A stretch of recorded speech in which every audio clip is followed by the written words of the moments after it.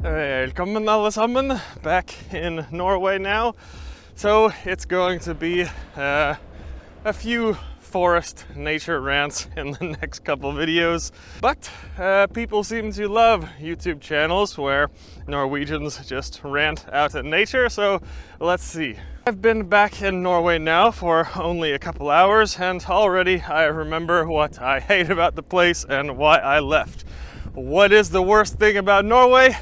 Let's find out. So you guys are always asking me, I say some bad things about Norway and you guys are curious, like, oh, what do you mean Norway's such a great place? This is coming from people who have never been to Norway or Norwegians who have never really left the country. So what I really don't like about the country is not this shit weather in the middle of August. What I really don't like most is 95% to do with the government and the media. But as you can see, the people, the nature, just the power and spirituality in the country, it's my favorite in the world. But there's one thing that I really can't stand about the people and what the people of Norway have become. And that is the, I should say, lack thereof of hospitality and kinship and duty to your people. This is kind of in Sweden and Denmark, the other Scandinavian countries, it's a little bit like this too, but Norway is the worst. And I can tell you, it's not all Norwegians, it's definitely not all Scandinavians, because there are some very great, hospitable people in the country and people who really look after each other. I'm just saying, I've been to how many countries? 50 something. I know people and have friends from close to every country in the world pretty much. Norway is by far the worst. And there are some cool little charts to show this, which I might show on the screen right now. Just the kind of lack of helping others, but you really have to live in the country and experience it yourself to really know how different it is from other countries with people who really look after each other. And this applies really to all aspects of life. If you're visiting the country and you need some place to stay, for example, good luck finding one. If you need to loan a little bit of money from close friends or family, good luck on that one. If you're asking someone for a favor or a ride to the airport or help with a project or just a little bit of people's time, good luck. Even when it comes to business, even when people should be helpful. For example, my mother's car right now is not working. The battery was low. She went to the mechanic's place to get it, and they were about to take lunch. Oh, we're about to go on lunch right now. Can't you come back in a couple hours?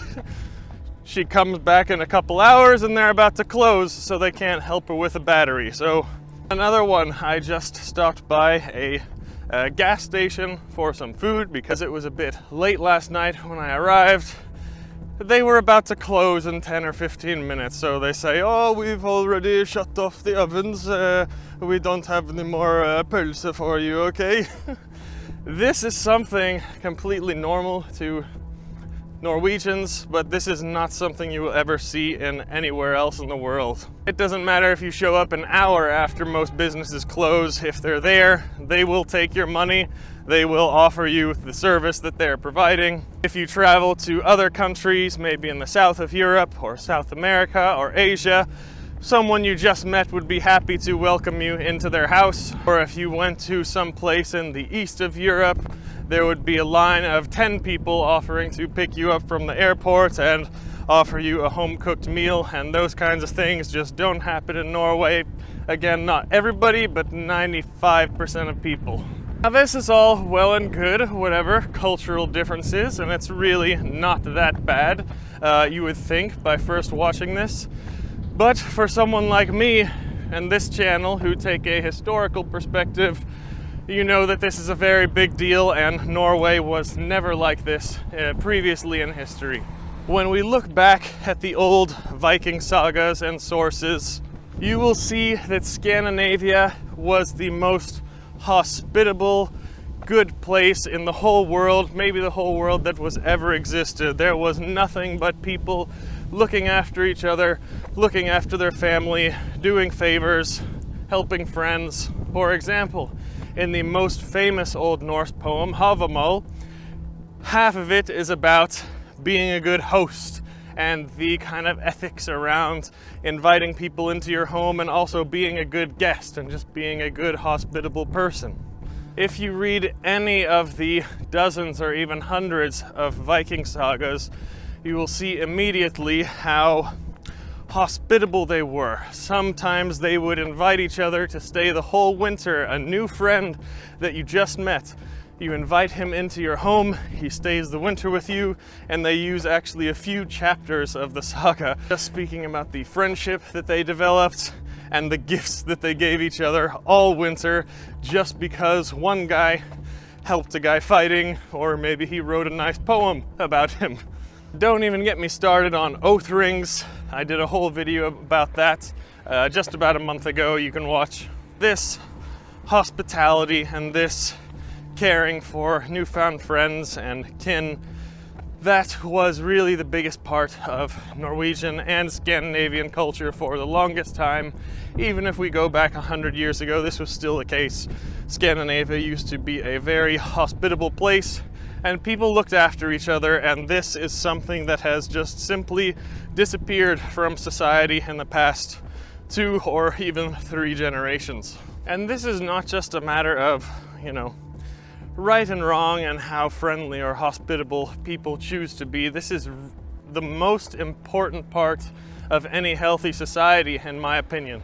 When you get a population of people who look after each other and people who unite and take care of those in need, especially the ones close to them, their friends, their family, or even new acquaintances, society like that can never fall, pretty much. No matter what disaster or economic collapse or problems or famine or any problems like these that have come up many times over the past thousands of years, no matter what problem, if a society stays together and takes care of each other, they will never fall and they will always survive and thrive. And this is really what worries me most about Scandinavia, because 95% of people have lost this, really. So it makes me really worried about the future and problems that are absolutely going to be coming in the next few years or next generation or 2. If people don't change things and start looking after each other more, there is no chance that they are going to be able to survive it. Because guess what?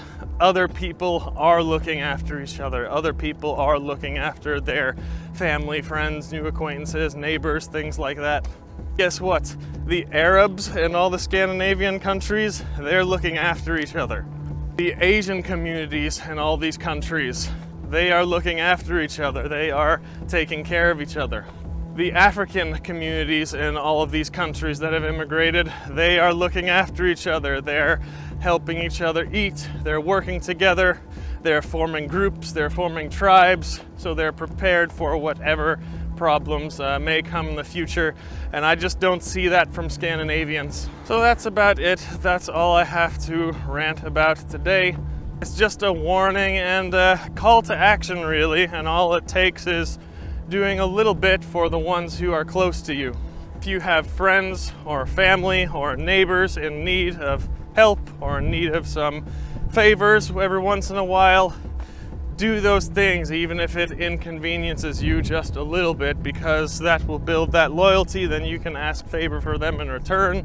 Now all of a sudden there's a whole group of you. You're not just a town of random people living together. You are a massive group who are all looking after each other.